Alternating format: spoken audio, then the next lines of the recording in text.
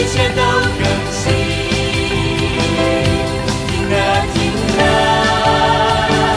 全是为我而活。真理带我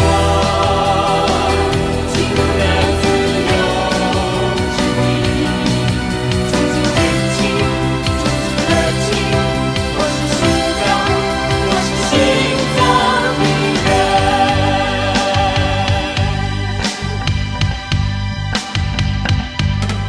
飞越时空的领域，聆听灵魂的呐喊，穿过天之涯，越过地之极，写下漂泊的心情，奔向永恒的生命。真理在呼吸，真爱在我心，将展开崭新的航行。主的全能将使我上映。看啊看啊，一切都更新。听啊听啊，全是为我而活。真理带我进入那自由之地。从今天起，从今而起，我是新造，我是新造的人。将展开崭新的航行，真理全能将使我上映。看啊看啊，一切都更新。听啊听啊，全是为我而活。真理带我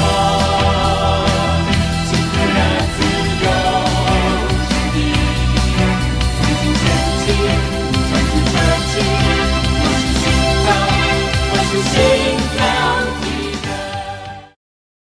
亲爱的弟兄姐妹，早安！今天是5月31日，是主日。在共读之前，我们先一起祷告。亲爱的天父上帝，感谢你以永恒的慈爱爱我们，借着复活的耶稣赐给我们新的生命。求圣灵帮助我们，开启我们属灵的心和眼，能明白基督里隐藏的奥秘，使我们的生命日日更新，有新造的样式。祷告是奉靠主耶稣基督的名，阿们。今天我们所要共读的经文是哥罗西书第3章1到17节。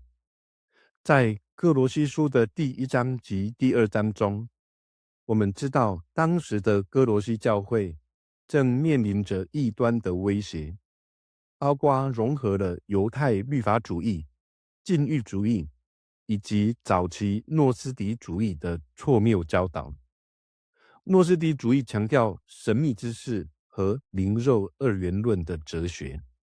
这些异端告诉信徒，单靠耶稣是不够的，你还需要遵守种种的规条来克制肉体。保罗写这封信的目的，就是要护教并宣告基督是一切，又在一切之内。在今天所要共读的第3章，保罗将焦点从神学理论转向生活实践。他告诉信徒，真正胜过罪恶与世俗的方法，不是靠苦修禁欲，而是靠着与基督联合，经历生命的蜕变。接下来，我们来共读经文，哥罗西书3章，我们先读第1到4节。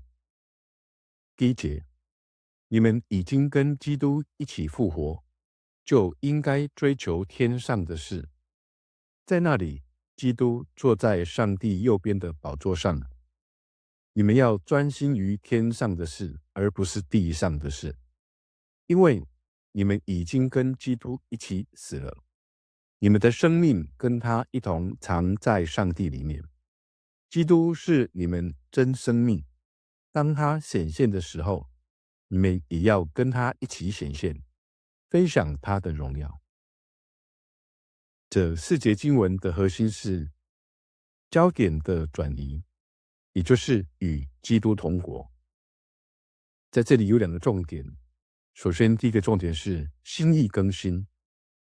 保罗提醒信徒要心意更新，既然已经与基督一同复活，就该寻求在上面的事，要建立属天的价值观，而不是只顾着追求在地上的事。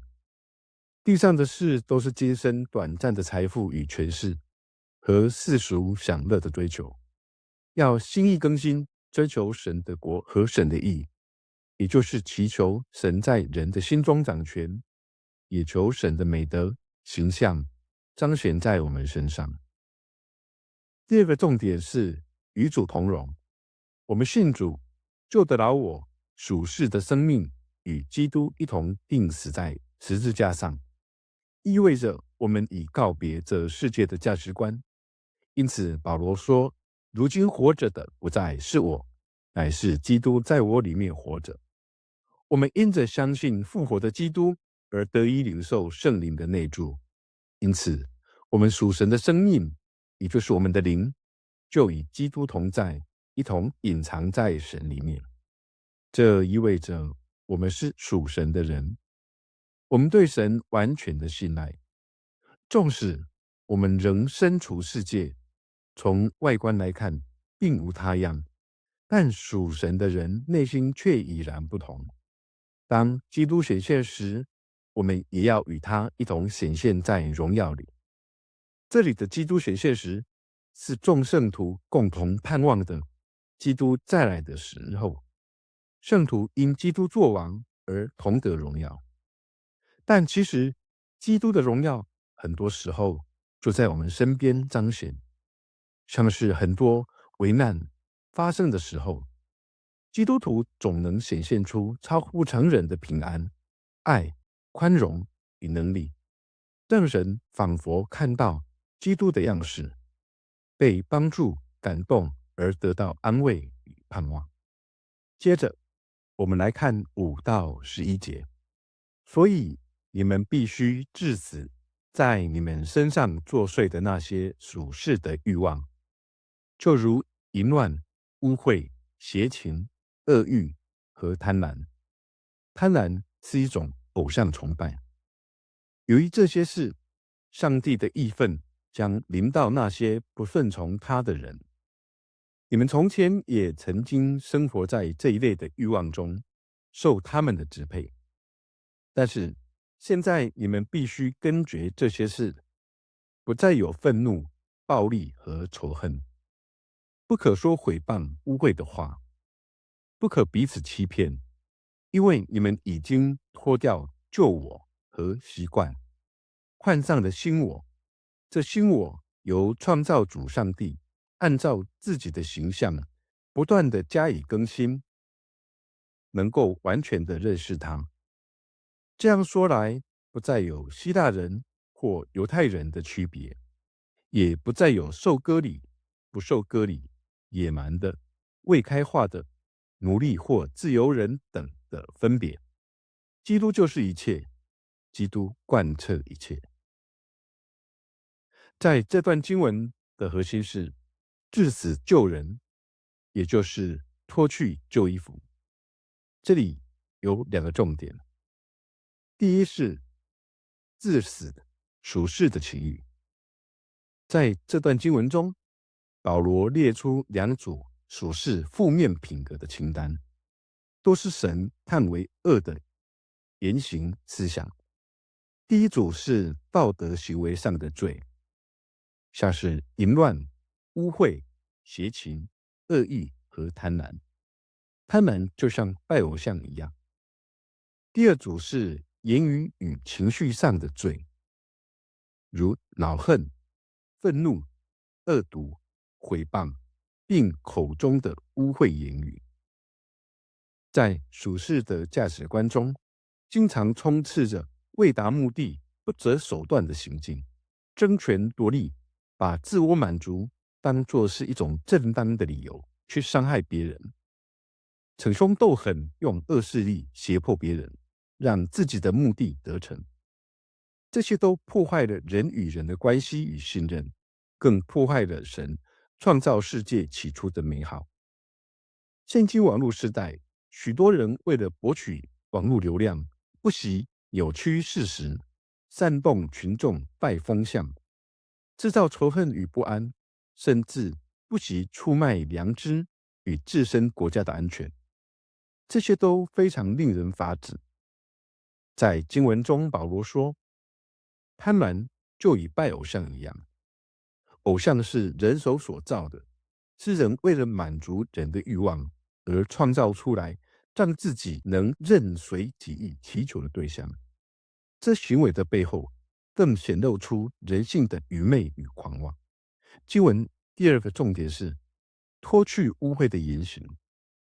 我们从前不认识真神的时候，所行所想也跟世人一样，追求属世的事，以为世间的权势就是世人应当追求的目标。如今因着福音的亮光，世人得以借着基督知道神纯真、善良、可喜悦的旨意，就是神要与人恢复关系，让人得以与基督同活。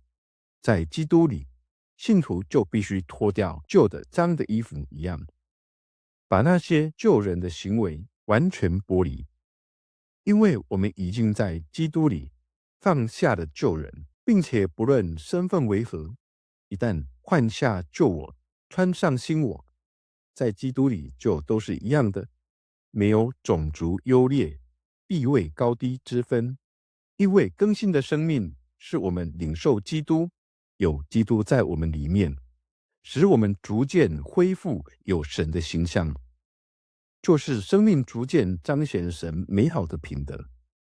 是什么样的品德呢？就是接下来经文中所要阐述的品德。接着我们来读第12到第17节。12节，上帝爱你们，拣选了你们做他的子民，所以你们有怜悯、慈爱、谦逊、温柔和忍耐的心。有纠纷的时候，要互相宽容，彼此饶恕。主怎样饶恕你们，你们也要怎样饶恕别人。在这一切之上，要加上爱，因为爱是联系一切德行的关键。基督所示的和平，要在你们心里做主。为了使你们有着和平，上帝选召你们归于一体。你们要感谢，你们要让基督的信息丰丰富富的常住在你们心里，要用各样的智慧互相教导、规劝，用诗篇、圣诗、灵歌，从心底发出感谢的声音来颂赞上帝。无论做什么、说什么，你们都要奉主耶稣的名，借着他感谢父上帝。以上面这段经文的核心是穿上新人，也就是活出属神的样式。这里有5个重点。第一是要穿上新衣，也就是穿上属神的品德。作为神拣选的子民，你们要穿上怜悯、恩慈、谦虚、温柔、忍耐，而这些品德正是所谓神的形象。形象就是别人从外在能看出我们的样式。这里的形象不是指外在有形的样子，而是指借着我们有形的身体所展现的言行举止，让人看到的我们是一个怎样的人。在前面经文第10节中说，这新我由创造主上帝按照自己的形象不断加以更新。神既是灵，那所谓神的形象就不是肉身有形的样貌，不是留着长胡须、白头发、慈祥面容。虽然我们会对神的样貌有所想象，但是神要我们学习的是属灵品格的形象，是由内心发出的，表现于言行举止的样式，就是12节所说的怜悯、慈爱、谦逊、温柔、忍耐。而这不就是主耶稣的所言所行吗？耶稣所展现出来的样式。主耶稣说，看到子就是看到父，所说的也就是耶稣所展现的，正是父上帝的属性，是神的形象。而我们学主的样式，也正是不断的更新自己，从做中学，在真实的处境中去体会，而才能完全的认识神。第二个重点是包容与饶恕。保罗还劝勉信徒要彼此包容，彼此饶恕。饶恕的标准是主怎样饶恕了我们，我们也要怎样饶恕人。第三个重点是爱与和平。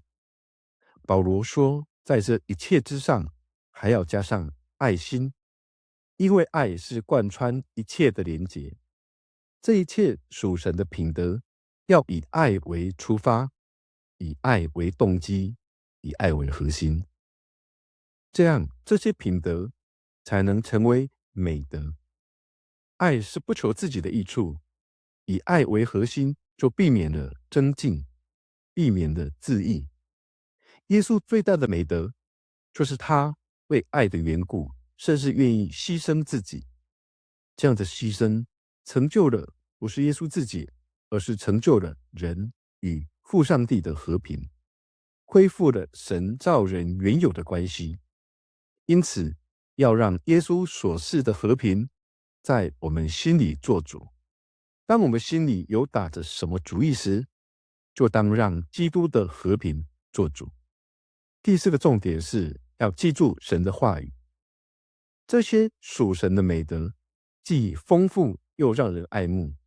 16节，使徒保罗的劝勉教导，是一句基督徒都耳熟能详的金句。让基督的话丰丰富富的存在心里，用诗章、颂词、灵歌彼此教导，互相劝诫，心被恩感地歌颂神。心被恩感的歌颂神，就是从心底发出感谢的声音来颂赞上帝。我们要记住神的话，让神的话在一切的丰富上藏在我们的心里，且能朗朗上口。就像我们教导主日学的孩童，透过诗歌来记住神的话。最后第5个重点是凡事谢恩。在最后第17节，保罗说，无论做什么，或说话，或行事，都要奉主耶稣的名，借着他感谢父神。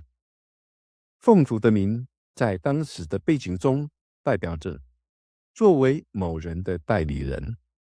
换言之，基督徒在世上的日常一言一行、一举一动，都在代表着耶稣基督。这不是一个重担，而是一个与他联合的荣耀身份，且这一切的动力源自于对天父不尽的感谢。经文的应用，今天我们所共读的这段经文，对生活在现代社会的我们依然发人深省，可以从以下3个层面来应用。第一个应用，在数位与物质交易中重寻定见。现代人每天被社群媒体、广告与演算法轰炸，很容易陷入物质主义与盲目比较的焦虑中。这就是现代的在地上的事。在生活的实践上，我们需要刻意建立寻求上面的事的习惯。例如，每天早晨在打开手机或新闻或社群前，先读一段经文或祷告，将心灵的锚点定在神永恒的应许上，以此抗衡世界的集体焦虑。第二个应用，在网络上言论失控的时代，要谨守口舌。现今的网络文化，如讨论区、炎上事件，充满了恼恨、诽谤和污秽的言语。躲在荧幕背后，人性的救人模式很容易被放大。在生活实践上，基督徒在网络留言、转传讯息或与人争辩时，要经由圣灵的提醒，致死想用言语反击、酸言酸语的冲动。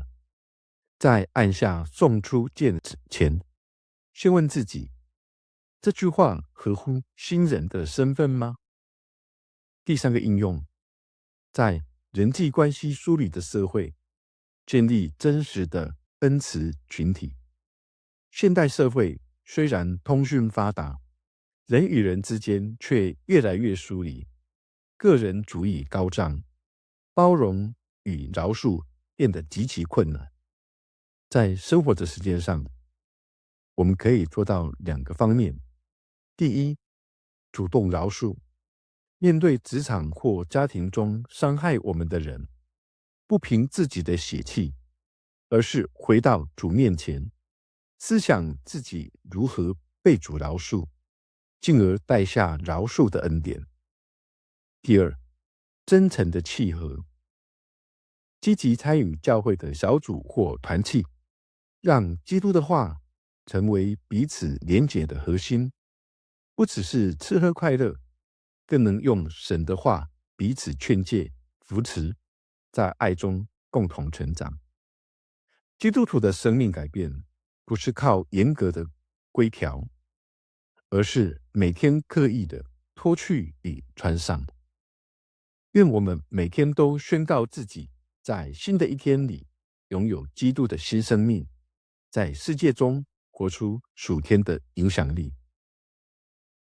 我们一起来祷告。